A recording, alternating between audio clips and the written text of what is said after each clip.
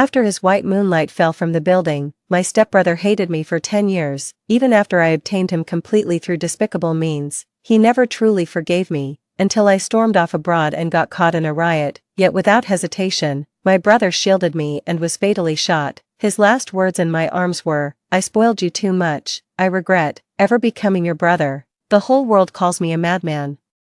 I was the one who destroyed my brother, a man of unwavering integrity and noble character. Thus, I knelt upon those endless steps for 50 years, begging for one more chance to set things right. This time, I'll let my brother have his way. All I ask is for his lifelong peace and happiness. 1. Ji Xingyao. How can you even stomach reading what you've written? You actually harbor such feelings for your own brother. A nostalgic voice whispered in my ear. When I opened my eyes, I saw Ji Zhao clutching my diary, his face flushed crimson with rage. Those pages were filled with my secret thoughts about Ji Zhao, desires, yet I felt no shame at being exposed. Instead, I burst into tears of relief. I had truly been reborn at the moment of my first argument with Ji Zhao. When he discovered my ulterior motives toward him, the sight of my brother, alive and well, sent uncontrollable tremors through my body. Thank God, he's alive. Ji Zhao noticed something was off about me.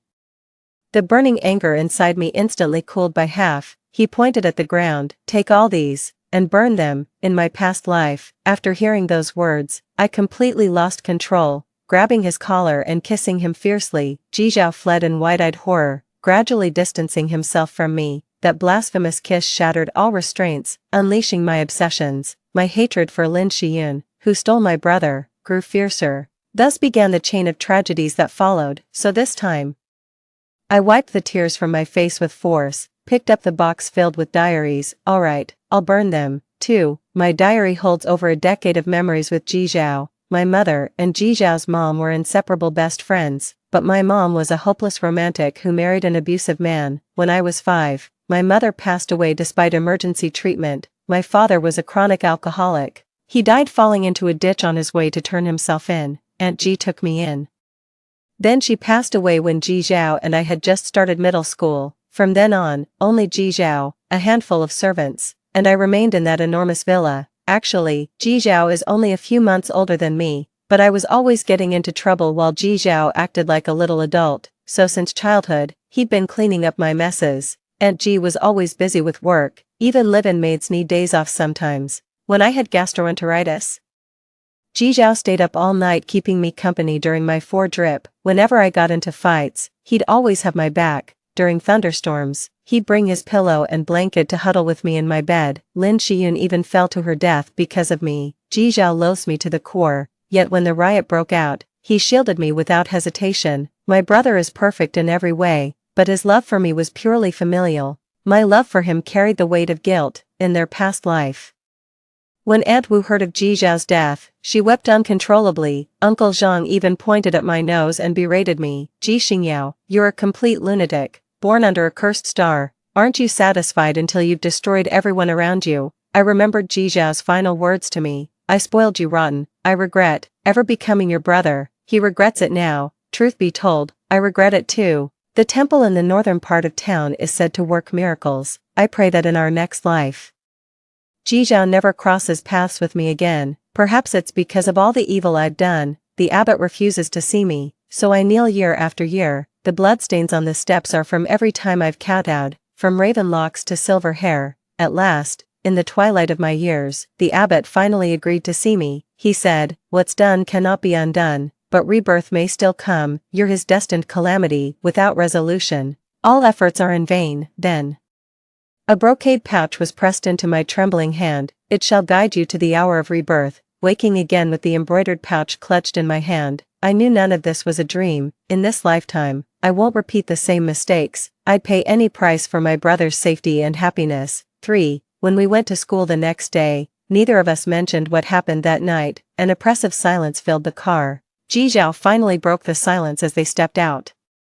"You got Lin Shiyun injured the other day. Go apologize to her today." His tone was clipped. He seemed to anticipate I'd make a scene with him before even saying it, yet I just gave a faint nod. "Alright." Ji Zhao looked at me with surprise, but in the end, nothing was said. During lunch break, as promised, I went to find Lin Shiyun to apologize. After searching around, I found her with Ji Zhao. The lively afternoon was bathed in warm sunlight. The girl giggled and playfully punched the boy's chest.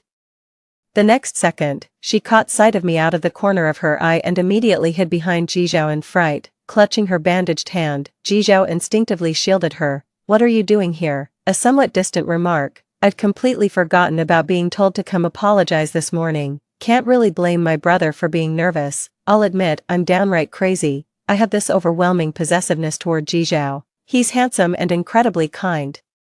Plenty of girls had a crush on him. I drove every single one away." Reading Jizhao's silent approval, I grew increasingly convinced. I still hold a place in his heart, like in a past life. I slipped something into his drink, forcing him to cross the line. He resisted my touch, yet I could still sense pleasure in his fragmented murmurs, yet they overlooked that it was merely an uncontrollable physiological response. Lin Shiyun was special to him, even a decade after her death. Jizhao still hadn't forgiven me. I suppressed the overwhelming bitterness in my heart and let out a slow breath. He gave Lin Shiyun a deep bow. "I'm sorry for causing you harm the other day, and for publicly humiliating you. Could you forgive me?" Lin Shiyun glanced cautiously at Jizhao, and only spoke after seeing his silence. "It's all right, don't worry about it, I forgive you." I looked up and met Jizhao's gaze. His eyes held emotions I couldn't decipher. For, in my past life, there was another reason I disliked Lin Shiyun. I've seen her hanging around with Zhang Henian, the school bully, more than once. Zhang Henian is my brother's sworn enemy. He's got a nasty personality and loves making trouble for my brother. I strongly suspect Lin Shiyun was sent to play with my brother's emotions, so I've been giving her a hard time, no matter what the truth is this time. I have to get to the bottom of it, to bring the two who missed each other in their past life back on track, so I started pestering Lin Shiyun, saying I felt guilty and wanted to be friends with her. At first, she was still somewhat wary. Only after realizing I meant no harm did they let their guard down. I casually probed, "So, what do you think of my brother?" A blush crept up Lin Shiyun's ears. "Jizhao, he's helped me a lot. He adores animals too, always feeding the neighborhood cats and even getting them neutered. I think he's genuinely kind." Just as I thought. They're deeply in love with each other. Lin Shiyun is truly exceptional. She came from a modest background but was remarkably driven, funding her education through scholarships, the classic resilient rose growing through concrete. My brother's handsome, ranked top in his class, and inherited a fortune from Aunt G. Anyone would say they're a perfect match. Even though I'd known it all along, my heart still ached with bitter jealousy. That evening, Jizhao knocked on my door for the first time in ages. He didn't dare come in. Last time he barged into my room unannounced. He discovered my shameful secret. I spoke up first. "I was just looking at potential schools to apply to, nothing else." Ever since my rebirth, I could sense Jizhao still keeping his distance from me, even without that kiss. He could never accept the girl he raised like a sister having feelings for him, and even without that kiss, I still couldn't let go of Jizhao. He cleared his throat awkwardly. "Why haven't you been walking home with me lately?" I was surprised. That wasn't what I expected him to ask. "Because I need to get used to life without you," I whispered to myself silently. Even today, I was looking for a school far from Jizhaoyuan. Anyway, both he and Lin Shiyun have excellent grades. They'll definitely end up at the same school. As for me, the farther away from him, the better. I made up a flimsy excuse on the spot. Shiyun and I get along pretty well, so we decided to walk home together and chat. Even I didn't quite believe my own words. Jizhao stared at me unblinkingly, making my skin crawl. I asked defiantly, "Am I interrupting something?" He frowned and flicked my forehead. "What nonsense are you thinking? Nothing like that's happening." He ran a slightly irritated hand through his hair. "Fine, maybe it's good for you to make more friends." 5. That day, I walked home with Lin Shiyun as usual. She'd opened up to me considerably, and I wanted to uncover the truth behind her fatal fall in our previous life. Everyone believes I was the one who pushed her off the building. Even Jizhao thinks so, given my long rap sheet, but I didn't. I didn't even get to touch the hem of her garment. She just jumped down while crying all by herself. I wondered if something had happened in Lin Shiyun's family that drove her to suicidal thoughts. "Shiyun, whatever's troubling you, you must tell me. Share your difficulties with me, I'll help you solve them." Lin Shiyun froze for a moment before her eyes welled up with tears. She's clearly hiding something. Just as she was about to speak, a gang of hoodlums suddenly emerged from the alley. The intruders meant trouble. wielding metal rods ripped from classroom desks. My childhood self-defense training barely kept me in the fight against them. Lin Shiyun wasn't faring nearly as well. Seeing the rod about to strike her, I instinctively threw myself in front of her. Then everything went black. When I came to, a searing pain shot from the back of my head down my spine, covered in mud. I barely had time to process the shocking scene before me. Lin Shiyun lay naked beside me. "Hey, Lin Shiyun, what's wrong with you?" My voice trembled as I scrambled for the phone nearby without thinking. All I wanted was to reach my brother as quickly as possible, but the phone was shattered, completely unresponsive. A blinding light suddenly flashed across my face. Instinctively, I lowered my head and squinted. Police sirens wailed amidst Ji Zhao's furious shouts. I felt a forceful shove that sent me stumbling onto the nearby steps. "Ji Xingyao, I really thought you'd changed for the better. Turns out you were just biding your time to pull this stunt today." Ji Zhao's eyes burned crimson with fury. I stared at him blankly, the realization dawning on me belatedly. He'd misunderstood everything. "Bro, no, it wasn't me." Ji Zhao lifted Lin Shiyun into his arms. "You're holding the phone and still denying it. Delete those photos right now. You're in big trouble when we get home." I stood frozen, watching his retreating figure until my vision blurred with tears. It really wasn't me. At last, all strength drained from my body as darkness swallowed my vision once more. 6. I dreamed that in my past life, Ji Zhao had been this furious with me before. When Lin Shiyun fell from the building and I was taken in for questioning, it was the first time Ji Zhao ever hit me, a resounding slap across the face. "How could you do such a thing? I'm deeply disappointed in you. I wish I'd never had a sister like you." His eyes held a grief so profound it had turned eerily calm. Can't blame him. After all, there were only two of us on the rooftop that day, me and Lin Shiyun. No one would believe that a promising female student on the verge of graduation would jump off a building without reason. Yet even though Ji Zhao didn't believe me, he still secured the best lawyer for me. There were no surveillance cameras on the rooftop, no direct evidence proving I pushed Lin Shiyun. Besides, there were no traces of my fingerprints on her body. However, there's still the possibility that I incited Lin Shiyun to jump. In the end, the incident was ruled as an accident. Ji Zhao paid a substantial compensation to Lin Shiyun's mother, yet she kept causing scenes at school every single day, so Ji Zhao took the initiative to withdraw me from school. I truly ruined his life. What a brilliant future he could have had without me, no matter how the outside world speculates about this matter. To Ji Zhao, it was his own sister who caused the death of the person he loved. From that day onward, there was no going back. I jolted awake from my sleep. My familiar bedroom came into view. Ji Zhao kept vigil by my bedside, his face haggard with dark circles under his eyes. Seeing me awake, a glimmer of light sparked in his eyes. Then he pulled me into a tight embrace. 7. Turns out Lin Shiyun woke up before me. She explained everything that had happened. I got knocked out trying to protect her. Those punks took photos of her and fled the scene. Ji Zhao held me tight, his body trembling uncontrollably. He kept murmuring apologies over and over. "I'm sorry, Yao Yao. I'm so sorry. It was my fault for blaming you. It's my fault for not taking better care of you, and for blaming you without even hearing your side. You should just hit me already." His body trembled visibly against mine, the warmth radiating between us making my eyes grow hot with unshed tears. All the pent-up grievances of these past days came flooding out.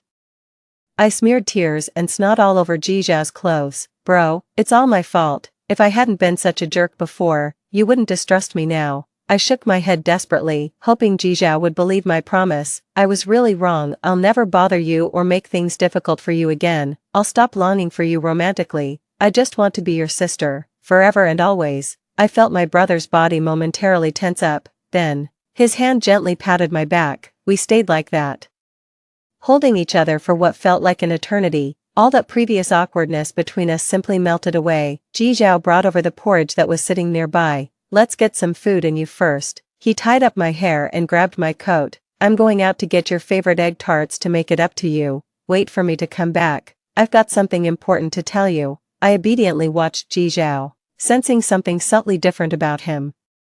As if he'd steeled himself for some decisive action. I waited so long, but Big Brother never came back. Instead, I got a message from Lin Shiyun first. "Yao Yao, please, meet me on the school rooftop. You must come alone, please, I'm begging you." 8. I dashed out of the house like a madman. Why did this still happen? The abbot's words kept echoing in my mind. What's done cannot be undone, so I can't change anything after all. Then what's the point of my rebirth?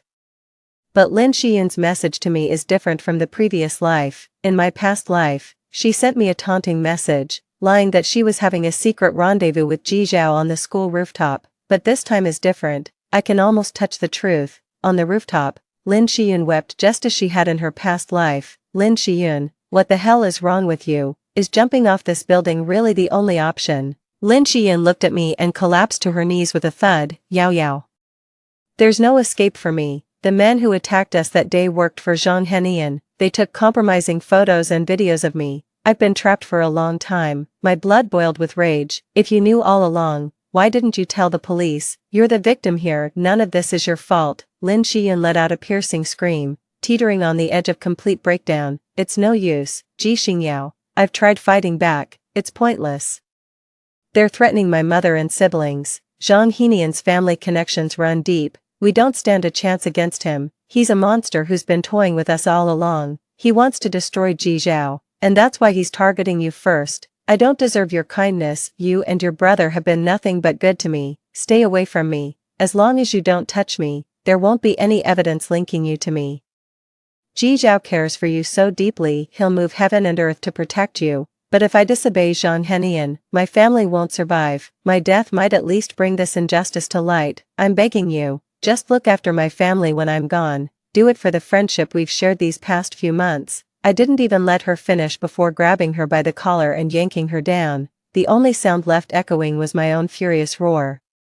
Do you have any idea what your death would do to my brother? He spent his whole life pining after you. Only then did I realize my face was streaked with uncontrollable tears. Lin Shiyun stared at me in stunned silence. The embroidered pouch slipped from my pocket with a soft thud. It lay quietly on the ground, and I faintly remembered the warmth that had radiated through my palm when I first held it. Since I'm the calamity in Ji Zhao's fate, then without me, he'd be happy, wouldn't he?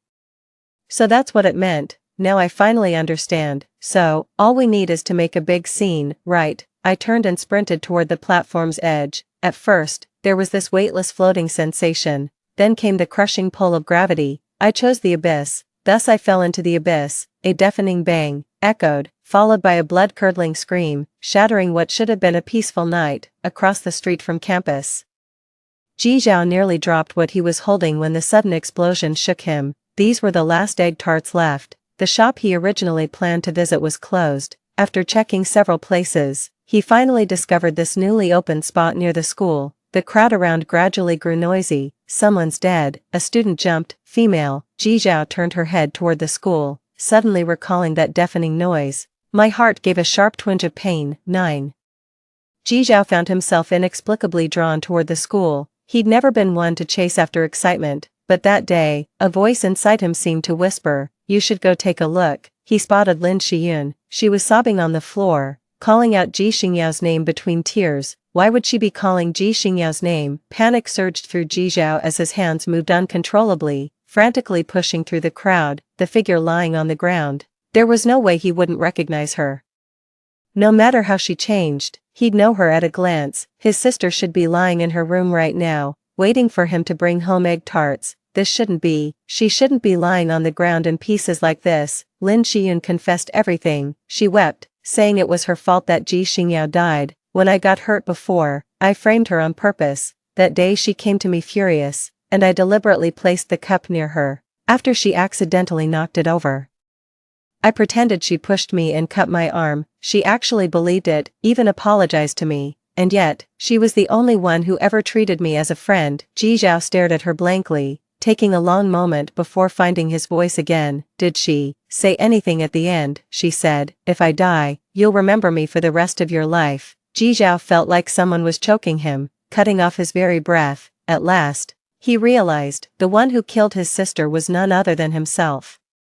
Ji Zhao still vividly remembered the day he told Jixinjao to burn the diaries. She stood in the courtyard, tears streaming down her face as she burned them. His heart ached with a sharp pang. He asked Nanny Wu to call Jixinjao back inside, yet his feet carried him uncontrollably toward the pile of ashes. One book remained unburned. He stamped out the flames. Those elegant characters inside were ones he'd patiently taught stroke by stroke. Would my brother think I'm disgusting if he knew I love him?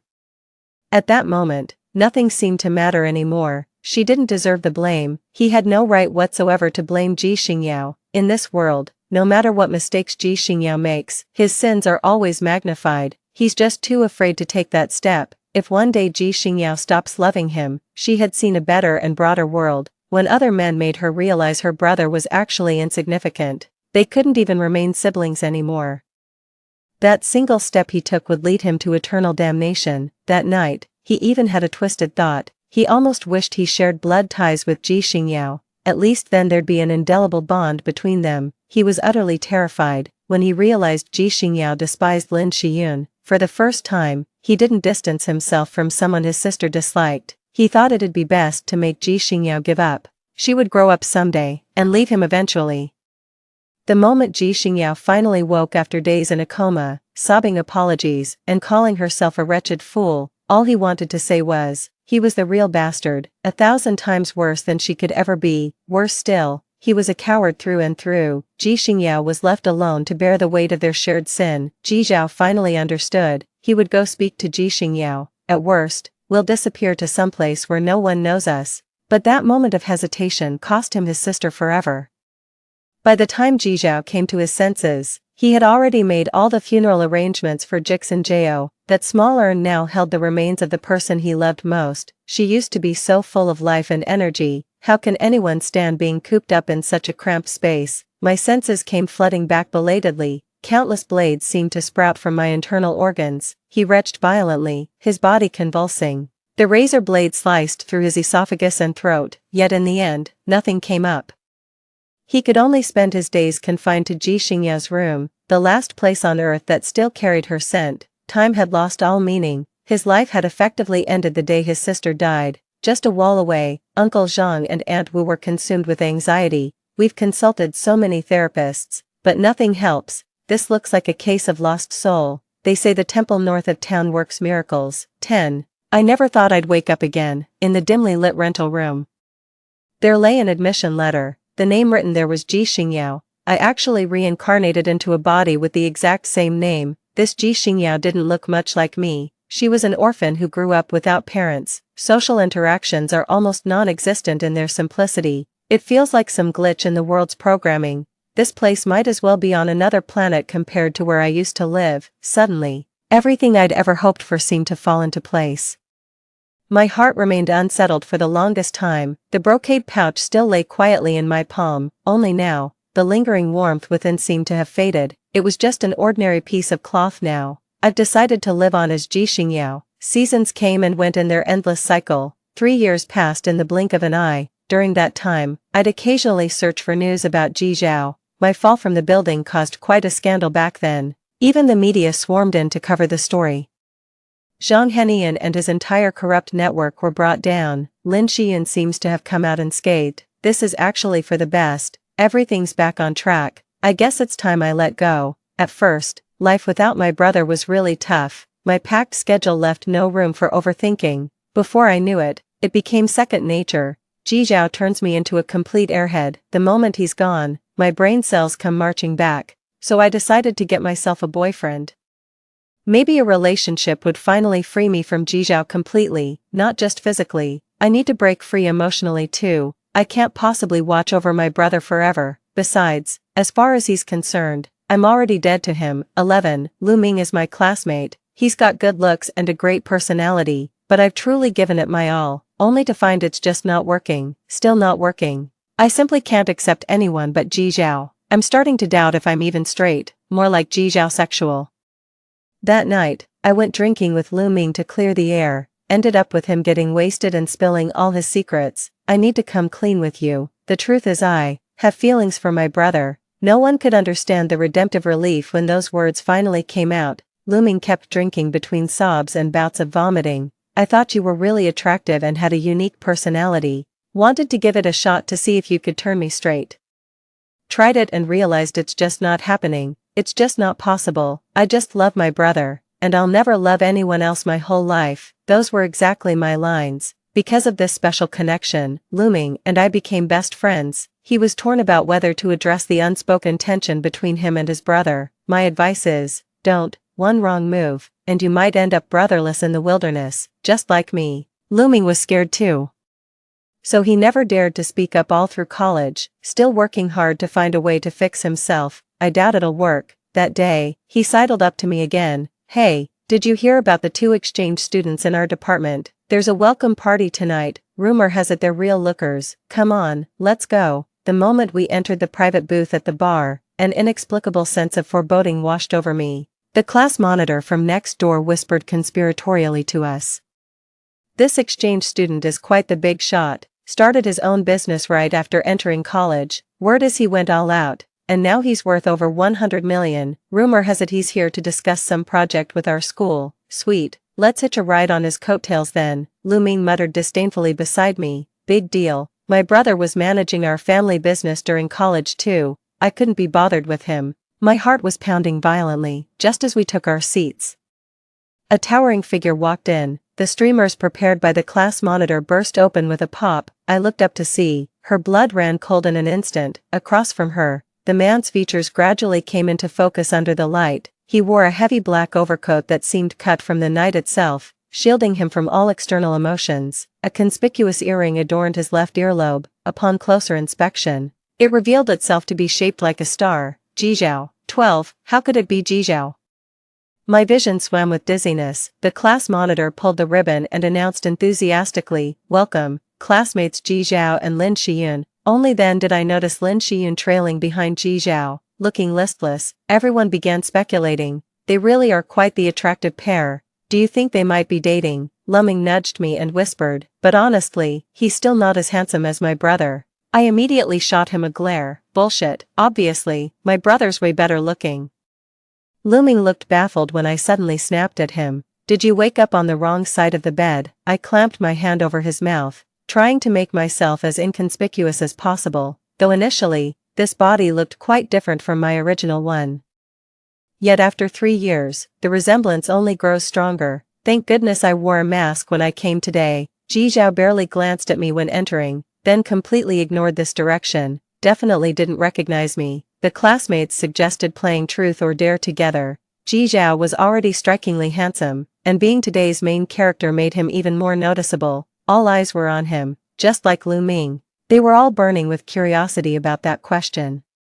Someone finally seized the chance to ask Jizhao a question. Do you have a girlfriend? 13, I do. Jizhao's calm response dashed many hopes in the room, yet some still refused to give up. The next round of questioning began. Is your girlfriend in this room? All eyes were fixed intently on Jizhao. My heart involuntarily skipped a beat. Jizhao raised his eyes. Or was it just my imagination? His gaze seemed to flicker in this direction. Here, that completely dashed everyone's last hope. Jizhao just arrived with his girlfriend still present. That's none other than Lin Shiyun. Alright, I admit, even knowing the answer, I still feel a pang of sadness. Looking back, maybe dying back then would have been for the best. If I had to stay by Jizhao's side, watching him get married and start a family, I'd probably lose my mind too. The second half felt rather dull. A guy sitting next to Jizhao suddenly perked up, pointing at his earring like he'd spotted something fascinating. Your earring is so unique. Looks like it's filled with flowing sand. A hint of expression finally surfaced on Jizhao's face. He touched the star-shaped earring on his earlobe, a tender smile curling at the corner of his lips. Yes, these are my sister's ashes. Everyone suddenly fell silent. The class monitor sobered up instantly and quickly changed the subject. But some drunkard, completely oblivious to the awkward atmosphere, blurted out, so why stars? Is there some special meaning behind them? This time, I truly felt it. Jizhao's gaze rested upon me. That's because, her name is Ji Xingyao, 14, my back is drenched in sweat. All my classmates turned to look at me. What a coincidence, we've got a Ji Xingyao in our class too. That's serendipity. It's such an uncommon name. Xingyao, why are you still wearing a mask today? My heart was pounding so hard it felt like it might leap out of my throat. Jizhao stared straight at me. Determined not to miss the slightest change in my expression, I faked a cough and deliberately lowered my voice. Oh, haha, what a coincidence. I grew up in an orphanage myself, always wanted to have an older brother, got hit by hay fever today. Does Jizhao's younger sister get pollen allergies too? Lu Ming gave me a puzzled look. Since when do you have pollen allergies? How come I didn't know? I want to rip his mouth off. No. Jizhao kept staring.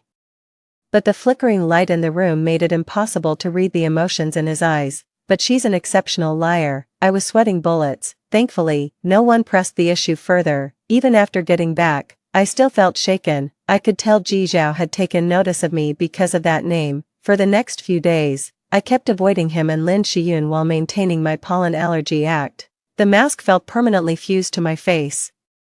Exchange students' daily routines were quite different from ours. Ji Zhao had already moved on with his life. Soon enough, he'd forget all about me, the girl who just happened to share his sister's name. That's what I originally thought, but things didn't go as planned. 15. Ji Zhao keeps haunting me, though technically speaking, I'm the actual ghost here. Went to the cafeteria for a meal, and there he was sitting at the table across from me. Went to grab a coffee, and he casually bought 2 cups right next to me. So annoying, no need to ask. The other cup was definitely for Lin Shiyun. Finally had a day without running into him, so I asked Lu Ming to meet at the cafe across from campus, ready to treat ourselves. The food had just been served when Ji Zhao walked in. Lu Ming was wolfing down his meal across from me. He barely glanced my way before noticing I hadn't touched my food. "Why aren't you eating? You go ahead," he gave a shit-eating grin. "Then I'll help myself." Then proceeded to swipe all the omelette rice and strawberry parfait in front of me. A tall figure came to stand beside us. A fresh parfait and several piping hot egg tarts were placed before me. "Eat up." I looked up at Ji Zhao, feeling a sudden lump in my throat. Finally, I steeled myself. She looped her arm through Lu Ming's. "Thanks, but if I want some, my boyfriend will buy it for me." The air froze for a split second. Lu Ming looked up from his meal, though a bit confused. She proved why best friends are the real MVPs. In a flash, he read my mind and pulled me into a protective side hug. Summoning his most stereotypically macho voice, he told Ji Zhao, "Handsome, my girl's on a diet, not happening." Me, Ji Zhao, alright. I believe he did his best. Without another word, Ji Zhao turned and walked out of the shop. I stared blankly at the parfait and egg tarts on the table long after his figure vanished around the street corner. Lu Ming's expression darkened as he sensed something amiss. "Has he been harassing you?" I shook my head, at a loss for how to even begin explaining such matters. "Drop it, pretend to be my boyfriend for a while." 16. Lu Ming became wary and started accompanying me to and from school every day. Because of this incident, he didn't think too highly of Ji Zhao, but after that day, Ji Zhao seemed to vanish from my life without a trace. I suppose he finally figured things out. I'm not his sister. His real sister would never bear to see him hurt. That evening, Lu Ming came scurrying over with a sneaky grin. "I've got some juicy gossip. Remember that other exchange student who came with Ji Zhao recently?" I nodded. "You mean Lin Shiyun?" "Yeah, that's her. The confession wall's been roasting her all morning. Apparently she's two-timing, playing both sides. She just got here and already hooked up with multiple guys. Serves that Ji Zhao right for harassing you. Karma's biting him back through his own girlfriend." I shot up from my chair with a sudden whoosh, startling Lu Ming. "Say that again." I said Lin Shiyun cheated on Ji Zhao. Everything after that became white noise. Before I knew it, I was already running out the door. "She has class this afternoon." The sky darkened ominously, as if a storm was brewing. When I reached their classroom, everyone had already left, only Lin Shiyun remained. Her body froze the moment she saw me. I removed my face mask, revealing a face that already bore 50% resemblance to mine. Lin Shiyun's pupils contracted, her body trembling involuntarily. "What are you afraid of?" Step by step I advanced, forcing Lin Shiyun into retreat, beads of cold sweat forming on her forehead, until I had her cornered against the wall, gripping her collar. "Didn't he treat you right? Didn't you get what you wanted?" Lin Shiyun's eyes were wide with terror as she shook her head desperately. "Now you're scared. Don't think I'll let you off even if I become a ghost. Why did you do this to him? Answer me." Suddenly, I saw the truth reflected in Lin Shiyun's tear-filled eyes. Her gaze seemed to go right through me. Then, with trembling hands, she pointed behind me. A thunderbolt split the sky. I whirled around, a fleeting glimmer of light, yet enough to reveal Ji Zhao's face. 16. This should do the trick, right? Lin Shiyun wrenched free from my weakened grasp and practically scrambled out the door in a frantic rush. It hit me all at once. I'd been had. My heart skipped a beat, then began pounding so violently it felt like it might burst from my chest. Bro, instinctively wanted to cover my mouth. But now, whether I call him brother or not makes no difference anymore. He'd recognized me long ago. Ji Zhao walked straight toward me. Useless. 2 lifetimes, 2 bodies, yet not a drop of blood relation to Ji Zhao. Yet I'm completely dominated by his bloodline. Only today did I realize how hard it is to just turn tail and run. Jizhao must be furious, mad that I'm alive and right under his nose, yet refusing to acknowledge him. You always bite your nails when you're angry. That time you thought I bought the second coffee for Lin Shiyun and ended up biting your mask in rage, priceless. You always play with your hair when lying. You twisted your hair 3 times when claiming Luming was your boyfriend. Thunder makes you scrunch up your nose in fear, just like you did now. Yao Yao, how could you ever think I wouldn't recognize you? Fine, I'm being an idiot. Before I could even utter I was wrong, Jizhao suddenly burst into laughter. It was a chilling laugh. That laugh gives me the creeps. Do you hate me, big bro? Do you despise me, brother? Why are you pretending not to know me? How can I ever earn your forgiveness? The barrage of questions left me utterly disoriented. Yet Jizhao's voice remained perfectly calm, so calm it sounded like he was discussing someone else's affairs, yet his eyes burned with a terrifying madness that chilled the soul. I retreated step by step until the cold glass pressed against my back. No escape remained. Jizhao offered what might have passed for a gentle smile. Would you prefer me on my knees, or would you rather beat me up, make it hurt, or should we do something you'd enjoy more? How about that new collar you bought? You know your big brother can't refuse you anything. I'm better than those other men, more what you really want. No one in this world could ever be closer than we are. A look of abject pleading crossed Jizhao's face. I've never cared for anyone else. You're the only one I love, so please, don't throw me away again. At that moment, only one thought flashed through my mind. Jizhao, has he gone mad? He was supposed to be the aloof moon in the sky, a deity seated high upon the sacred altar. Why would you say something like that? My brain couldn't process it fast enough, yet I still sensed something off about his words. Collar. Wait, when did I ever buy a collar? All I have is, my mind exploded like a bomb went off inside. Every coherent thought was blown to pieces. I stared at Jizhao in horror. In my past life, I once bought a collar, but never got to use it. Before my brother died, before our last argument, Jizhao suddenly gripped my throat, silencing my unfinished words with his lips. It was a kiss both lingering and fierce, as if trying to devour everything, yet handling with utmost care. The rain pattered softly. It suddenly dawned on me. So that's how it is. I'm not the only one standing in the rain, enduring the damp and mud. Jizhao is just as tainted as I am. 17. A slender shard of light crept through the window. I woke up feeling something heavy on me. Opening my eyes, I saw Jizhao's face looming close.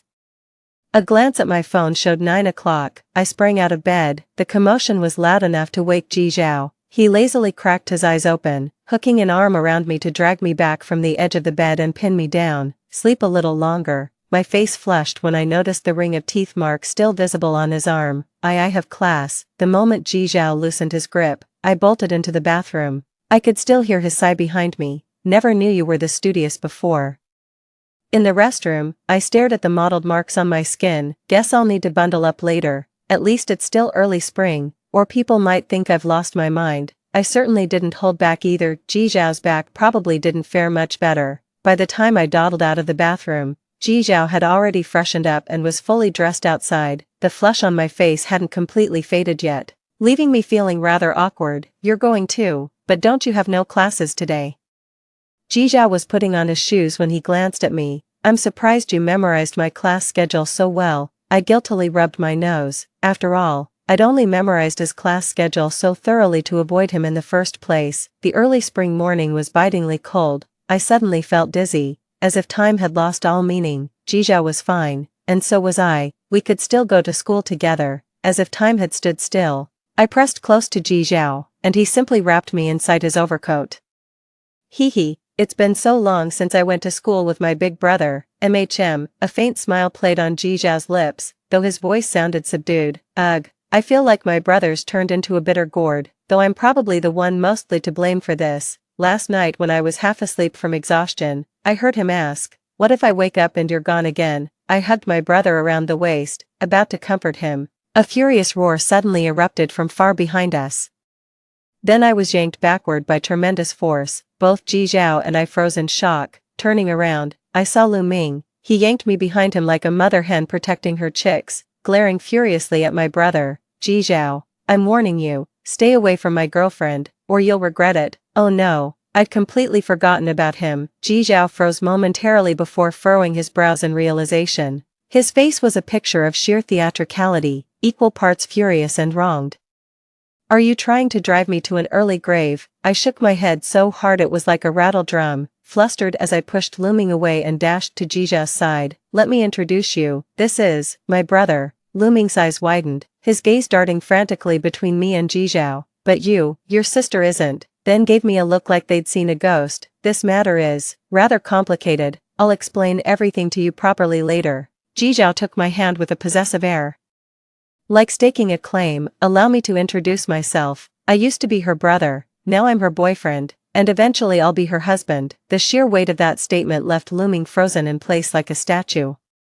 After a long pause, confusion flickered in his eyes, then shock, before finally settling into overwhelming envy. Then he scampered away with an undignified squeal. Jijiao massaged his temples. This is the kind of company you keep when I'm away. I wanted to defend Looming's reputation, but couldn't think of any convincing arguments. All I could muster was a lame, actually, he's usually pretty normal. But then I heard my brother scoff. Oh, so now you're defending other men.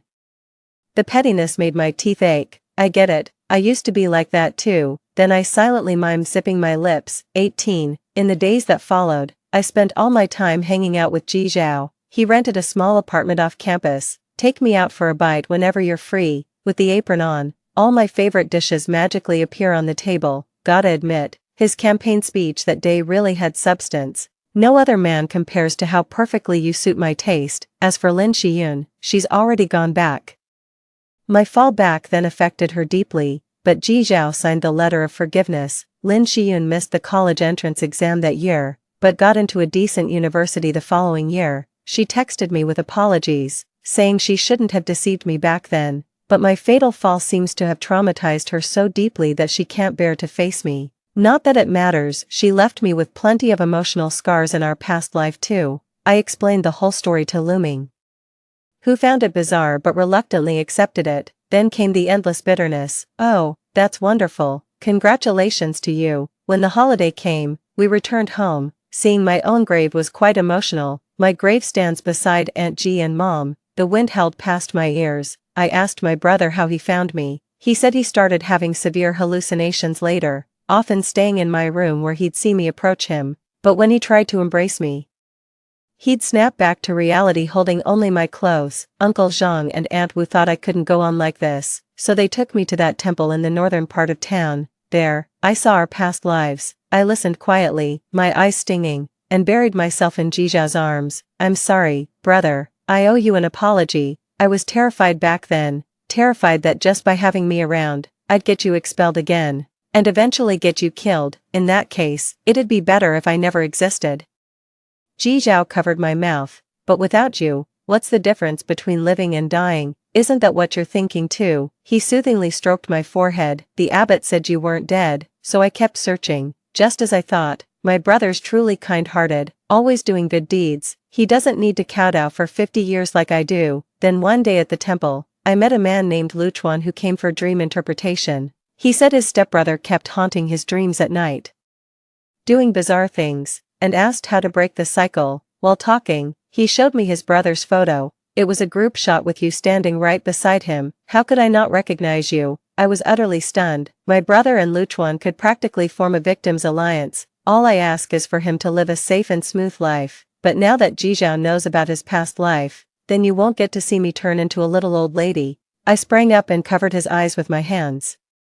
No way, you've got to forget this. Jijiao caught my mischievous hand, finally flashing a genuine smile. I won't forget, but you haven't seen me grow into an old man yet. Tears instantly welled up in my eyes. He gently kissed away my tears, his eyes crinkling with a smile, his voice impossibly tender. So this time, you'll have to become a little old lady and watch me turn into a grandfather with your own eyes. The end. Story 2. When my wedding with Xia Lanqing was approaching, her stepsister's husband died. After she returned to the Xia family, she suffered from severe depression. She couldn't leave Xia Lanqing at any time or place. Even when I was on a business trip, she slept with Xia Lanqing. When Xia Lanqing woke up and found out, he frowned slightly, and a trace of impatience flashed in the bottom of his eyes. He thought I would make a scene. Unexpectedly, I just closed the door silently. It was the same in my previous life. I couldn't bear the betrayal and made it known to everyone, ending up in a bad reputation. I was even sent to prison by Xiao Lanqing on the charge of slandering his stepsister's reputation, and finally died from humiliation. I woke up from the nightmare, and now I have a chance to start over. I clenched the offer from the research institute that I once rejected for love and swore not to make the same mistakes again. On the day I left Jing City, Xiao Lanqing panicked. 1. When Xiao Lanqing and Jiangwan came downstairs after packing their clothes, I just received the offer from the research institute in Hong Kong City. Tan Shu, I hope you can report on time. After I replied with an okay, I finally let out a sigh of relief. Fortunately, it's still in time this time. I was reborn 3 months after Jiangwan came back. In my previous life, when I received the offer, I was discussing the wedding with Xiao Lanqing.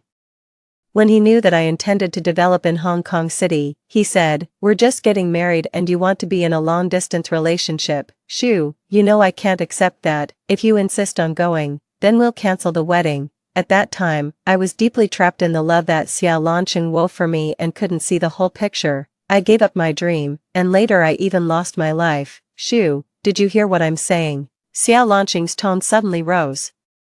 Pulling my wandering thoughts back, his tone was obviously full of dissatisfaction. At this moment, Jiangwan was hiding behind Xiao Lanqing, as delicate as a flower about to wither, swaying, and her eyes were a little red. It seemed that she had just cried. There was also a thick layer of gauze wrapped around her wrist. It was my birthday last week. Xiao Lanqing originally wanted to accompany me to see the aurora, but it ended with her attempt to commit suicide by cutting her wrist.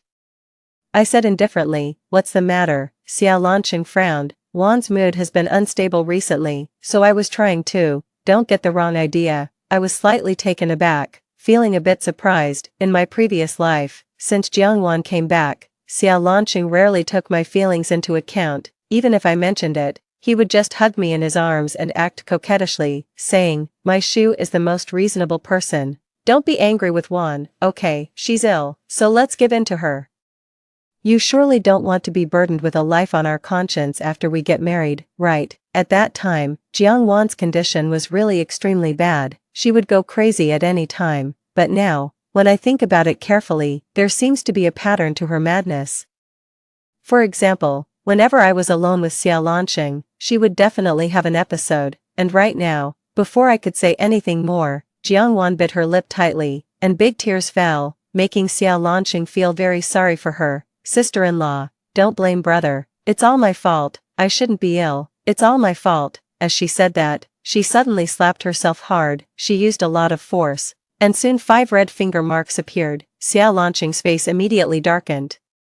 And I was also stunned for 2 seconds. This trick of retreating to advance and playing the pitiful card, she really succeeded every time she used it. "Tan Shu, I've already explained. What else do you want?" Xiao Lanqing said unhappily while explaining. "Does it hurt?" I interrupted him softly and looked up at Jiangwan. A trace of confusion flashed in Jiangwan's eyes. I bent down, opened the cabinet, took out the first aid kit from inside, and placed it on the coffee table. My voice was calm.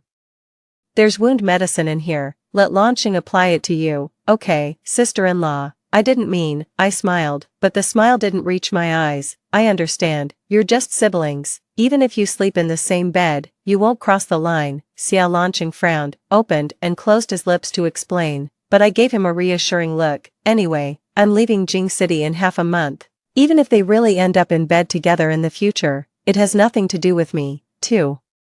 I closed my computer and just returned to the study. Xiao Lanqing followed me in. He looked at me, hesitating to speak. I looked up and smiled. "Do you have something to say?" He habitually wanted to hug me into his arms. I subtly avoided his hand, walked to the desk, and put the computer down. His movement froze in midair, and finally he could only withdraw his hand reluctantly. "Shu, my feelings for Jiangwan are just those of a brother for a sister. She was doted on by me since she was a child. Later, the Xie family needed to make an alliance through marriage, so we had to let Jiangwan marry into the Duan family. The eldest son of the Duan family treated her badly and was cruel and violent. It was a miracle that she survived. Now that she's like this, I feel responsible. I just want her to have a happy rest of her life." His tone was full of regret, and he was trying to make me understand him. My palm unconsciously tightened, and I sneered in my heart. When Jiangwan first returned to Jing City, I treated her even better than Xiao Lanqing. I was willing to give her anything she wanted. I really regarded her as my sister and loved her. But she shouldn't have crossed the line again and again. She climbed into Xia Lanqing's bed wearing only thin clothes at night and slept with him. In my previous life, she even drugged Xia Lanqing, had an intimate relationship with him, and sent photos of them in bed to challenge my bottom line. She wanted to see me go crazy, see me break down, and make Xia Lanqing hate me. I went to Xia Lanqing and asked him to drive Jiangwan away, but he still said, "Wan just lacks a sense of security." After all, we didn't go that far. These two sentences completely broke me down. I resented them and exposed all the photos. If I couldn't be happy, then no one else should either. But Xia Lanqing took advantage of the fact that I was an orphan girl with no one to back me up.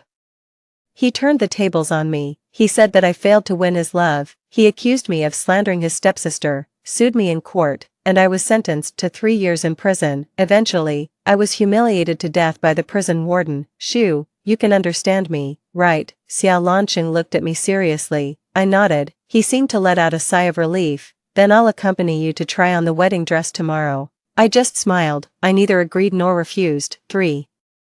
Xia Lanqing wanted to sleep with me to ease the relationship between us. I refused him with the excuse that I was not feeling well because of my period. He opened and closed his lips, knowing that I was lying to him. He didn't say anything in the end. He gave me a complicated look in his eyes, and then said to himself as if comforting himself, "It will be better after we get married." After that, he walked out of the study. In fact, if Jiangwan didn't exist between Xia Lanqing and me, maybe we could really grow old together. Xia Lanqing and I were childhood sweethearts. When I got into trouble when we were young, he would take the blame for me. When I was bullied, he would roll up his sleeves and fight with others without hesitation. I was the school beauty who ranked first in the grade, and he was the school bully who always ranked second. In fact, I knew that he could have beaten me. There was always a gap of 0.5 points between us every time.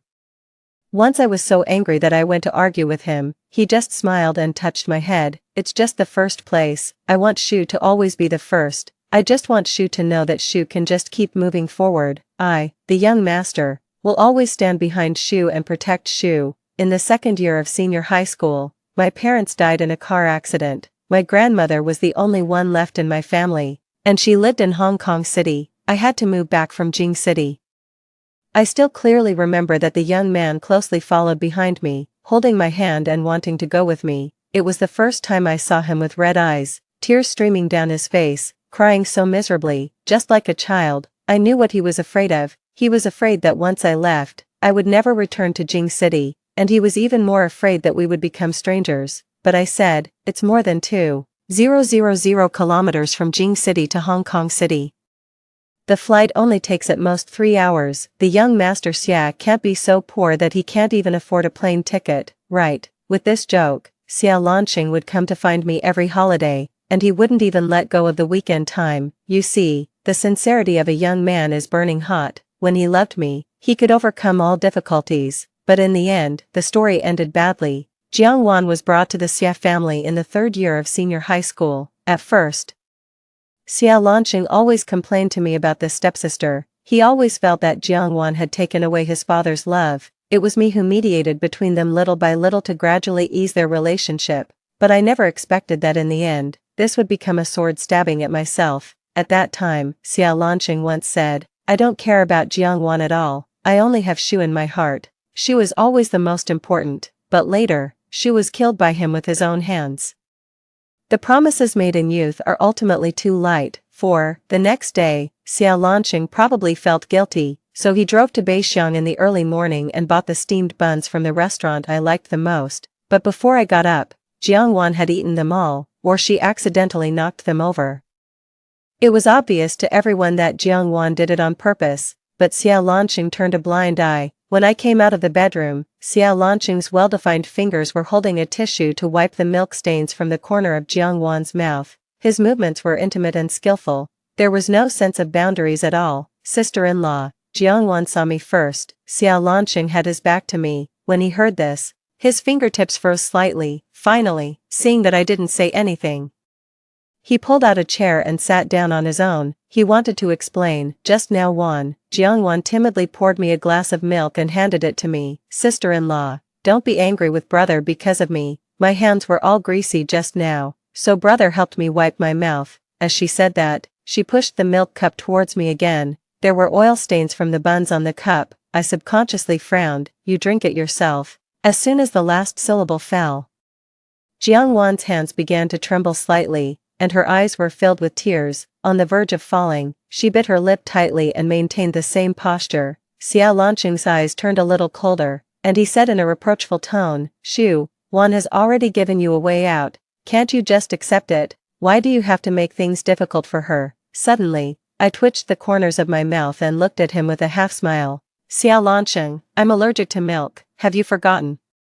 Xiao Lanqing was stunned in confusion, opened and closed his lips, and finally fell silent. He didn't dare to look at me and avoided my gaze. A trace of guilt flashed in the bottom of his eyes. If it were the previous Xiao Lanqing, he would never have forgotten. He remembered what I was allergic to and what I couldn't eat even better than I did. Xiao Lanqing, have you also realized that the balance in your heart no longer favors me? 5. I stood up and left, and the chair made a slight noise. Jiangwan seemed to be frightened by my movement. She let out a cry of surprise. She didn't hold the cup in her hand firmly and it fell to the ground. Suddenly, the glass shattered everywhere, and she stumbled. She fell to the ground, allowing the broken glass to pierce into her palm. Sobs could be faintly heard. The corner of my mouth twitched involuntarily. For a moment, Xiao Lanqing suddenly pushed me aside. I didn't react in time, and my lower back hit the sharp corner of the wine cabinet next to me heavily. I let out a muffled groan in pain and frowned tightly. Xiao Lanqing anxiously knelt down on one knee, bent over to check Jiangwan's injury, and asked worriedly, does it hurt? Her eyes were red, and tears fell involuntarily. She shook her head. Her gaze was on me from time to time. When Xiao Lanqing looked at her, she quickly avoided his gaze and lowered her eyes. It wasn't sister-in-law who pushed me, brother. Don't blame her. When I heard this, I was so angry that I laughed. Just as Xiao Lanqing looked at me with a cold face, my already dead heart actually twitched with pain. From beginning to end, I didn't even touch Jiangwan at all. Xiao Lanqing, you also think I pushed her. Apologize, I sneered. If you want me to apologize, wait until I'm dead. Xiao Lanqing looked at me through gritted teeth. Just as he was about to argue with me, Jiangwan cried even more violently. She carefully tugged at Xiao Lanqing's arm. Brother, don't quarrel with sister-in-law. It's all my fault. I shouldn't have come back. I didn't stand firm just now. I don't blame sister-in-law, brother. Xiao Lanqing gently reached out to soothe Jiangwan's emotions with pity. I'll take you to the hospital. Jiangwan sniffled and nodded. When she was picked up by Xiao Lanqing, she wrapped her hands around his neck and buried her face in his arms. When Xiao Lanqing passed by me, his eyes were full of disappointment. Think about it carefully by yourself. The moment the door was slammed shut, I looked at the mess on the floor and couldn't help but chuckle. A self-deprecating laugh. Xiao Lanqing seems to have forgotten. Today he said he would accompany me to try on the wedding dress. Fortunately, I didn't expect it. 6. 10 days before reporting to the Research Institute in Hong Kong City, the person in charge of the Research Institute arranged my itinerary for me, and I began to take stock of the property under my name over the years. This villa was given to me by Grandma Xia as a bridal chamber. The decoration of the house was personally designed by Xiao Lanqing and me. From the overall design structure to every brick and tile, it was filled with our memories. We even decorated the baby room. Xiao Lanqing liked girls, so he turned the room into a princess castle. Beautiful and dreamy, but in the end, the baby crib never came in. Jiangwan occupied the room first. When I finished packing and put the house up for sale, it was already dark. Several messages popped up on my WeChat. They were sent by Jiangwan. She was wearing the wedding dress that I had commissioned someone to design. Jiangwan was much thinner than me, and it was obvious that the chest part had been modified. After I refuted Xiao Lanqing's face that day and we parted unhappily, we almost didn't talk to each other. He refused to bow his head, and I refused to give in. Today he took Jiangwan to try on the wedding dress. It's really ridiculous. Does he want to force me to break my spirit and beg for peace? In my previous life, I would have started to break down by now. Jiangwan, sister-in-law, brother, and I came to get the wedding dress for you. I didn't reply. I just took a screenshot and then exited the chat window with her. At the same time, the big shot in Hong Kong City also sent me a message. The weather in Hong Kong City has turned cooler recently. I was a bit taken aback, but I still replied with a okay. Duan Jingxi and I are neighbors. He is 4 years older than me. Grandma regards him as her own grandson. When I first arrived in Hong Kong City, he helped me a lot. In my previous life, after I graduated from Peking University. He personally came to Peking University to invite me to join their Science and Technology Research Institute, but I refused. I was willing to stay in the Xie family and start from the bottom. For a full 3 years, I still couldn't get involved in the research projects of the Xie family. Duan Jingxi came to me several times and patiently said to me, "With your abilities, there's no need to waste your time here, Tan Shu. I can't judge your relationship with Xia Lansheng, but I want to tell you that the right person will stand by your future." He admired my abilities and was unwilling to see me buried like this. But at that time, I firmly believed that love was more important than everything, including my future. In the end, I lost everything. Later, Duan Jingxi stopped coming to me. Maybe he was disappointed. Fortunately, it's not too late in this life. Duan Jingxi, waiting for you. 7. When Xia Lansheng came back. It was already late at night. He seemed to have drunk some wine, carrying a faint smell of alcohol, and there was a blush on his face. When I was sitting on the sofa discussing the equity transfer agreement of the Xie family with others, he happened to come over. Before he could see clearly, I had already closed my computer. Didn't Jiangwan come back? I looked towards the entrance. I was quite surprised. I thought Xia Lansheng and Jiangwan were inseparable, to be honest. Xia Lansheng's face is really attractive. When Jiangwan first arrived at the company, she squeezed out the secretary who was originally by his side. It was only when that secretary came to me crying that I knew. The secretary also had some feelings for Xia Lansheng. The signs had been there for a while, but Jiangwan nipped it in the bud. The sense of a mistress towards another mistress is just accurate. Xia Lansheng looked at me pitifully. "Shu, why do you have to make things difficult for Wan? I don't care about the thing that you pushed her that day, and Wan has also forgiven you. She is my only sister, and I don't want her to get hurt, so you choose to wrong me, right?" I said calmly. Xia Lansheng pursed his lips and didn't speak, because he knew that no matter what happened, I would always stand by his side. We have the friendship of being childhood sweethearts and have long become an inalienable part of each other. We were destined to be together. But he forgot that love will be gradually worn away. Xia Lansheng, one love can't be given to two people. If you choose me, then I hope you keep a distance from Jiangwan. If you choose Jiangwan, then we won't hold the wedding. After these words fell, Xia Lansheng noticed the seriousness in my eyes. He quickly grabbed my hand and said helplessly, "Shu, I only love you. I loved you in the past, I love you now, and I will love you in the future. Wan and I are always siblings. I have no romantic feelings for her at all. I'm just feeling guilty, because I didn't have the ability to prevent her from suffering so much." His eyes turned red. Seeing that I didn't speak for a long time, he quickly stuffed the wedding dress gift bag he brought back into my arms. "Shu, you can't leave me." My eyes turned cold, and I slowly pulled my hand out of his palm. The current Xia Lansheng is just like this modified wedding dress, dirty and rotten. In my previous life, that feeling of guilt cost me my life. These grievances always have to be repaid. Xia Lansheng, I'll take it that you've chosen me. Hearing my words, Xia Lansheng, who was slightly drunk, smiled at me with a curved smile. For a moment, I seemed to see the 18-year-old young man. "Yeah, I love Shu the most." 8. There were only 5 days left before going to Hong Kong City. The funds from the sold equity of the Xie family also arrived in the account. Xia Lansheng had been busy with the wedding matters these days and supervised the work in person. It seemed that he was determined to prove his innocence with Jiangwan to me. He deliberately drew a line with her. For example, when Jiangwan was ill, he would call the family doctor. When she couldn't fall asleep, he would ask the nanny to give her soothing soup instead of directly coaxing her and sleeping with her. You see, it's actually a very simple thing to clearly distinguish between them. But he chose to wrong me again and again. When I just came out of the study, Xia Lansheng was sitting cross-legged by the coffee table, writing the invitation cards with great concentration. Our wedding was also going to be held half a month later. When he saw me approaching, he showed it to me with a smile. A trace of surprise flashed in my eyes. My fingers rubbed the invitation card, and then the corners of my mouth twitched into a bitter smile. I never expected that.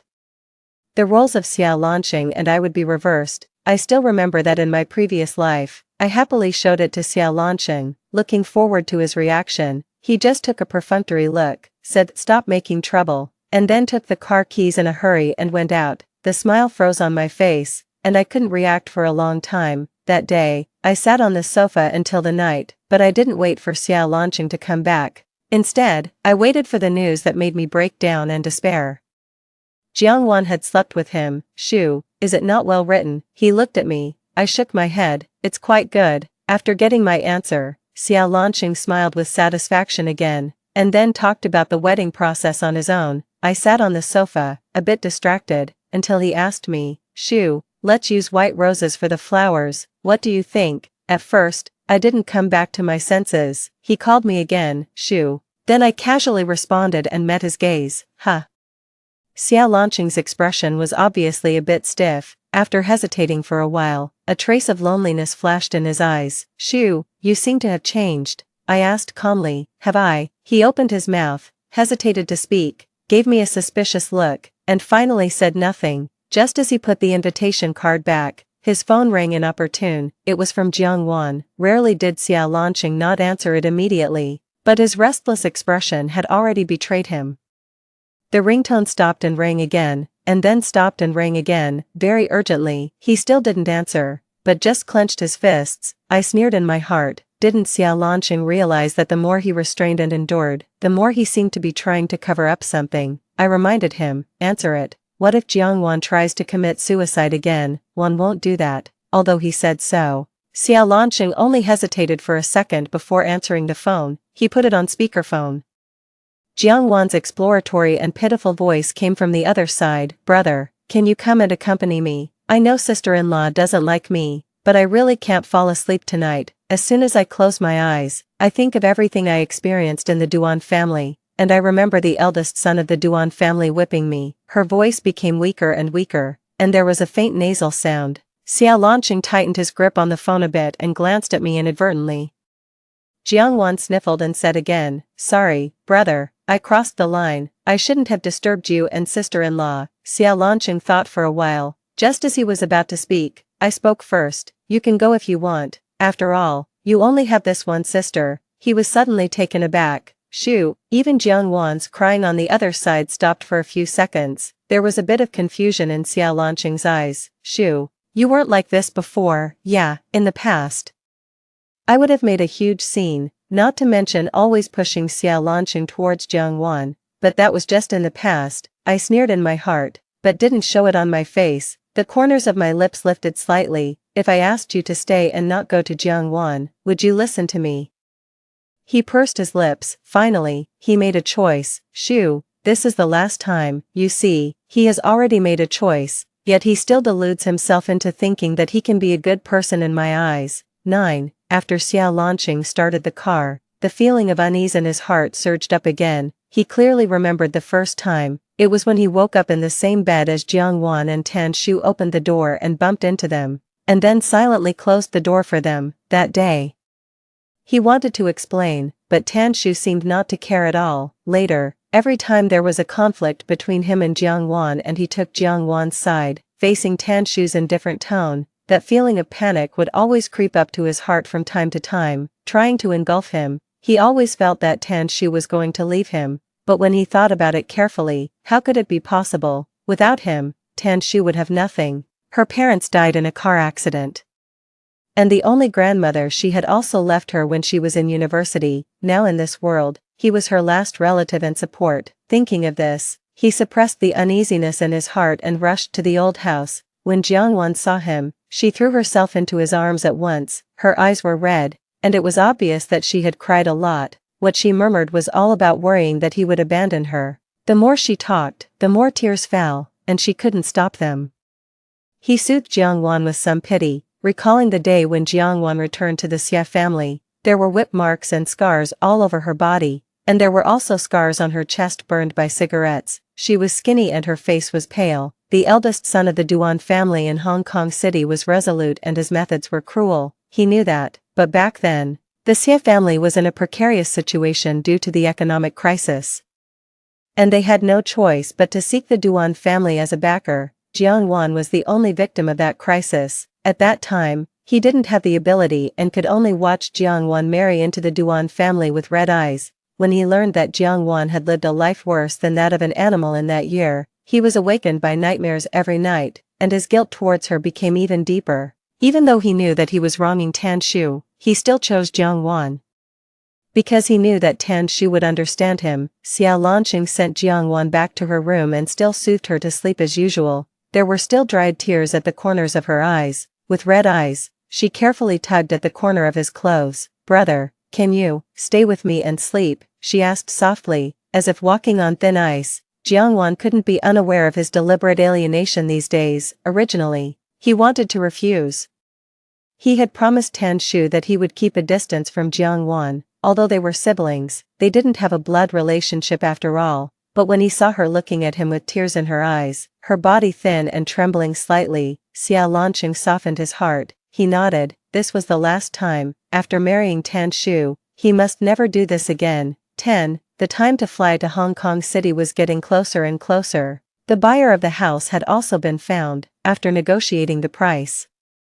The transfer of ownership could be carried out. Xiao Lanqing probably did something to let me down again. He ordered a bunch of fresh roses early in the morning and also arranged the breakfast. When I saw the things, I couldn't help but smile. As expected, Jiangwan also posted a new update on her WeChat moments at this time. "Brother is the best to me." The accompanying picture was a live photo. She was holding a bunch of roses and smiling brightly at the camera. Also in the picture was half of Xiao Lanqing's fair wrist. He was holding a bowl of porridge and seemed to be about to feed Jiangwan. Several mutual friends were cheering for their brother-sister relationship, and I also silently gave it a thumbs up. I thought Jiangwan would make a big scene yesterday. It seemed that I overestimated her. Jiangwan soon sent me a private message. "Sister-in-law, do you think the flowers I picked for brother are beautiful?" I still didn't reply. But this time she was like a cornered dog and continued, "Sister-in-law, you really should thank me. If it weren't for me saying that we can't favor one over the other and should also send flowers to sister-in-law, brother would have forgotten about you. Brother slept with me again yesterday. You won't be angry, will you, sister-in-law?" I sneered with the corners of my lips curled up. I knew that Jiangwan wanted to provoke me and then act like the vulnerable White Lotus as before. Unfortunately, this time her calculations failed. After taking a screenshot of the content of the chat window, I sent it to Xiao Lanqing together with the words that Jiangwan had used to provoke me before, including some intimate photos of them in bed. Before he could reply, I blocked both him and Jiangwan. Now I'm glad that I didn't get the marriage certificate with Xiao Lanqing in advance. 11. When Xiao Lanqing rushed back in a hurry. I had just confirmed the itinerary for the day after tomorrow with Duan Jingxi. He planned to first introduce me to the colleagues in the research institute and arranged a welcome banquet. I was sitting on the sofa. When I just looked up and met Xiao Lanqing's gaze, he quickly walked in front of me and almost stumbled and fell. Before I could say anything, his long arm reached out and hugged me tightly into his arms. His whole face was buried in my shoulder and neck. His body trembled slightly. "Shu, I thought you really didn't want me anymore." My movement froze in midair, and I couldn't help but laugh out loud. Xiao Lanqing's neck stiffened, and he slowly let go of me. "Shu, are you angry? I really didn't know that one sent you so many unintelligible messages behind my back. I'm really innocent with her. I didn't know about those photos she took," he quickly explained, staring at me. Of course, I knew that these photos were synthesized by Jiangwan with the help of others, but so what? It was true that Jiangwan had fallen in love with Xiao Lanqing. It was true that he wronged me again and again for Jiangwan. In my previous life, he was afraid that Jiangwan's condition would worsen because of my exposure. And finally he put the blame on me and sent me to prison. This was also true. Seeing that I didn't speak for a long time, Xiao Lanqing asked me cautiously, "Shu, don't you believe me? Can I believe you?" I asked with a smile, but the smile didn't reach my eyes. He eagerly held my hand. "Of course, I will never lie to you. You have always been the only one in my heart." But why? If he loved me, did he choose to let me die? Sometimes I really want to go back and ask Xiao Lanqing in my previous life if he was awakened by nightmares in the middle of the night. Did he ever feel the slightest bit of regret for killing me? "Shu, I won't betray you, never," Xiao Lanqing still said firmly, and the affection in his eyes couldn't be faked. I didn't move, only feeling it was ironic. "But forget it, just bear with it a little longer, it's going to end." 12. Duan Jingxi sent a message. "There are still 4 hours until boarding. Are you ready? After leaving Jing City this time, I probably won't come back again." The day before yesterday, after Xiao Lanqing came back, he hardly went out, even when Jiangwan called him. He could pretend not to see it. In fact, his heart isn't completely blind, it's just that his guilt towards Jiangwan is too deep, so he chooses to ignore her somewhat clumsy acting skills. Seeing that I didn't reply, Duan Jingxi sent another message. Are you in any trouble? I slightly lifted my eyelids, looked at Xiao Lanqing who was preparing dinner in the kitchen, and sent a message saying, no. After that, the next second, the social platform exploded. The topic #the true feelings of the Xia siblings in the wealthy family, their affection stronger than gold, became the most popular topic. When I clicked on it, it was a long surveillance video. Since I was reborn, I have installed surveillance cameras in the house, including the rooms of Jiang Wan and Xiao Lanqing in the old house. In these 3 months, it's clear how Jiang Wan has been pushing her luck under the pretext of being siblings, how she has acted like a delicate white lotus, how she has begged Xiao Lanqing to sleep with her by relying on her so-called depression, and how she has been provoking me, the legitimate partner, step by step. Duan Jingxi saw the trending topic soon. He used the official account of the Duan family to comment below. My eldest brother has been seriously ill for a long time, not to mention whipping anyone. He can hardly even stand up. Miss Jiang, you were brought in to bring good luck. You received 30 million yuan in pocket money every month until your hands were tired of taking it. After my eldest brother died, you even signed a divorce agreement amicably and were given a large share of the family property. Why are you now turning around and blaming others? As soon as he said these words, many friends of the Duan family in Hong Kong City also joined in to criticize Jiang Wan. Although my relationship with Duan Jingxi wasn't too bad. He likes to be quiet and lives in the countryside, so he rarely told me about the Duan family. So in my previous life, I didn't even think about his relationship with the Duan family at all. At that time, I was also blinded by anger and couldn't sort out my thoughts clearly. It was only when Duan Jingxi sent me a message in this life that I suddenly realized it and asked him to find out about Jiang Wan. Then I learned that she had been lying all along.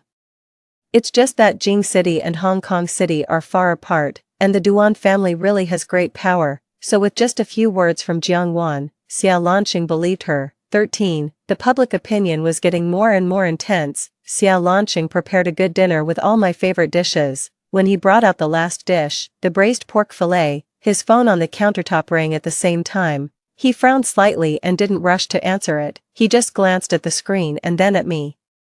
Jiang Wan's ringtone was recorded by herself. It was easy to tell that it wasn't Jiang Wan calling. The old house called me. I nodded and didn't make any extra movements. In the past, I would have thoughtfully answered the phone for Xiao Lanqing and put it to his ear. But not long after Jiang Wan came back, when she called and Xiao Lanqing was drunk, I answered the phone. She cried her eyes swollen that night. And the next day Xiao Lanqing suddenly called me and scolded me harshly. He asked me, "Why did you stimulate Wan with your words? Don't you know that Wan is ill? Your words can make her have the tendency to commit suicide. Tan Shu, can't you be a bit more kind-hearted?" Those words stunned me and even made me fall into self-doubt. It was only until Jiang Wan proudly told me, "I just made something up casually, saying that you called me redundant," and brother believed it. I went to Xiao Lanqing to explain, and he just replied indifferently, "I see, but later." He changed the password of his phone and never let it out of his sight. 14. Xiao Lanqing opened and closed his lips, as if he wanted me to answer the phone, but then he seemed to remember something. In the end, he remained silent. He had to first bring the dishes to the dining table, wipe his hands, and then answer the phone himself. As soon as he answered, the anxious voice of the housekeeper of the old house immediately came through. "Master Xia, something terrible has happened." Miss Jiang saw the trending topic on the internet, took a knife, and locked herself in the room. "The things in the room are being smashed around. Please come quickly. I'm worried that something will happen to Miss Jiang." I didn't look up at Xiao Lanqing, but I could feel a burning gaze fixed on me. What trending topic? Just as the housekeeper was about to explain, the scream of a servant also came in. "There's blood. Blood is flowing out of Miss Jiang's room. Call the doctor quickly. Call 120. It was in a mess at the old house. The housekeeper seemed to put the phone aside and rushed to kick the door open. Xiao Lanqing asked several questions in a row, but there was no response on the other. Qing's eyes were extremely complicated. He was always weighing, considering, and thinking about how far I could give in for him. He clearly couldn't let go of Jiang Wan in his heart, but he also couldn't bear to let me go. "Shu, I'll be back soon. Can you eat first? I will definitely be back tonight," Xiao Lanqing said firmly. I just smiled faintly, being gentle and considerate. "Go ahead," he nodded and even looked back at me when he reached the door. It was as if he was very reluctant to leave. It's quite ironic. In my previous life, since Jiangwan came back, he had never looked back for me, not even when I died. The sound of the car engine spread. Xia Lanqing left, and I had already packed my luggage. From now on, we'll go our separate ways and each find our own happiness. 15. Jiangwan's attempt to commit suicide failed. In fact, she had never really tried to commit suicide, but her clumsy acting skills still made Xia Lanqing choose her. After Xia Lanqing read all the information on the social platform, he desperately suppressed his breathing, but the pain in his heart was like a sharp knife, mercilessly tearing his heart apart. Regret engulfed him completely like a huge monster. Jiangwan wasn't ill, nor was she abused. She had been living better than anyone else. Many socialites in Hong Kong City had posted photos of them together. Jiangwan could be seen at all kinds of high-class banquets. It was because she was unwilling to be a widow and was envious of the affection Xia Lanqing had for Tan Shu that she had the wrong thoughts and returned to Jing City. On every night when Xia Lanqing accompanied her to sleep, Jiangwan would wake up in the middle of the night, leave marks on his body, and then take intimate photos and send them to Tan Shu. What's even more excessive is that, without his knowledge, she would arouse his desires and satisfy herself. The ridiculous thing is, Xia Lanqing claimed that he hadn't crossed the line with Jiangwan, but which siblings would really be inseparable and even sleep in the same bed. What's more, they don't even have a blood relationship.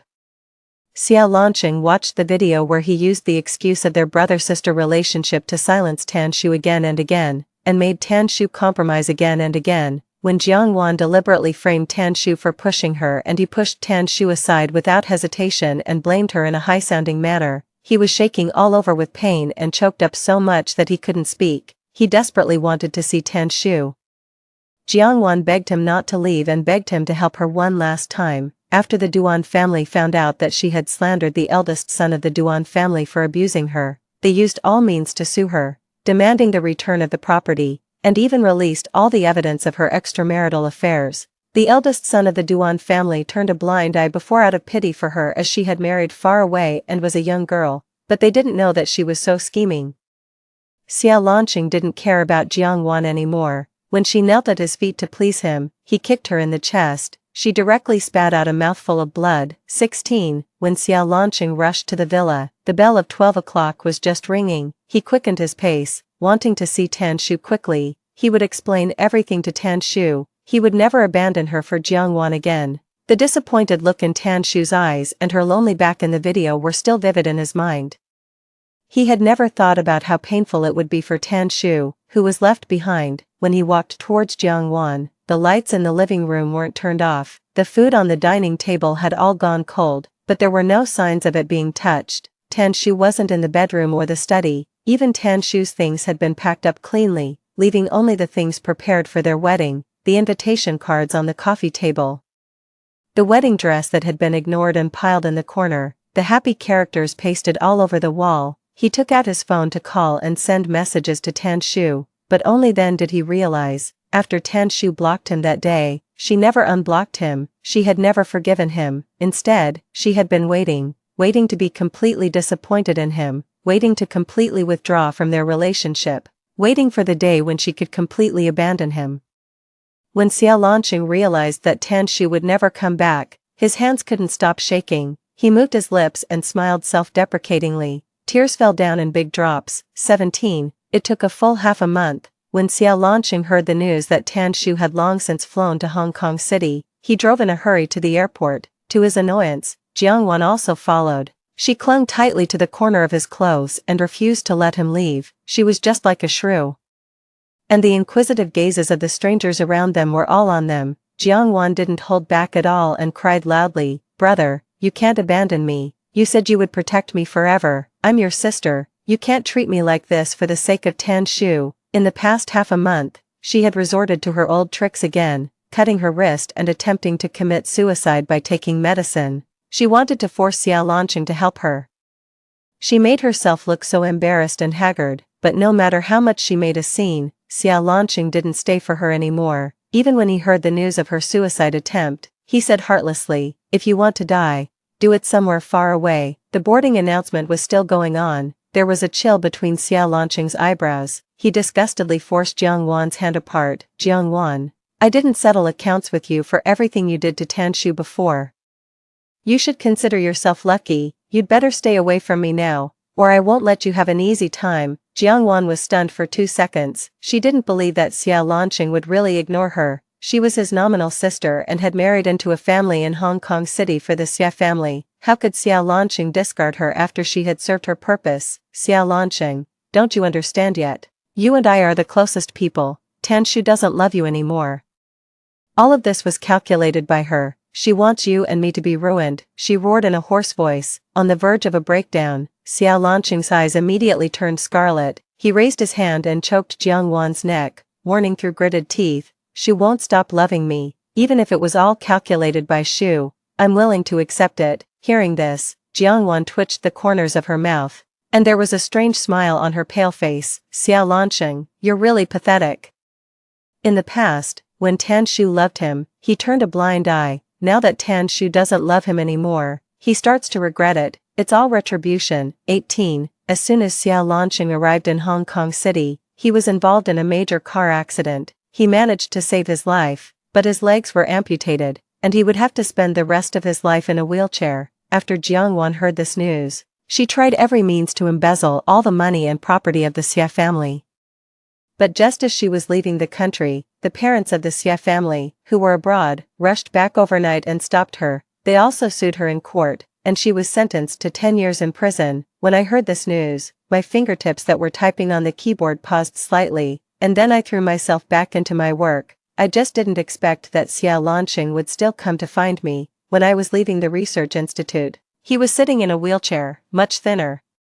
With his eyes sunken in, there was nothing but darkness under his eyes. When he saw me, tears couldn't stop flowing, and his eyes were frighteningly red. "Shu, I didn't avoid him, nor did I want to reminisce about the past with him. The past was over for me. From now on, we could only be strangers." Just as I was passing by him, Xiao Lanqing choked up again and said, "I'm sorry, I didn't mean to send you to prison before." I was stunned, stopped in my tracks, and unconsciously tightened my grip on my things. He was reborn too. In an instant, I seemed to be pulled back to that cold prison. I desperately shouted for help, but I was even more brutally abused by the prison warden. I was slapped in the face, whipped with a belt until my body was covered in injuries, and there were all kinds of disgusting ambiguous marks on my body. This went on for a whole year. I just wanted to temper your temper at that time. I didn't know you would be. When I found out that you were humiliated to death, I had nightmares every night. I didn't know that Jiangwan had bribed the prison warden. "Shu, I'm sorry. I'm so sorry." I took a deep breath. Xiao Lanqing had tears all over his face. He looked up at me with his pale face. "Shu, did you come back too?" I didn't deny it, and there was no need to deny it anymore. When he knew that I intended to develop in Hong Kong City, he asked me cautiously. I laughed out loud. "There's no need for that. If you have the ability, make up for the Tanshu in the previous life." 19. Later, I never saw Xiao Lanqing again. It was just one afternoon that I accidentally heard Duan Jingxi say, Xiao Lanqing had gone crazy and was sent to a mental hospital.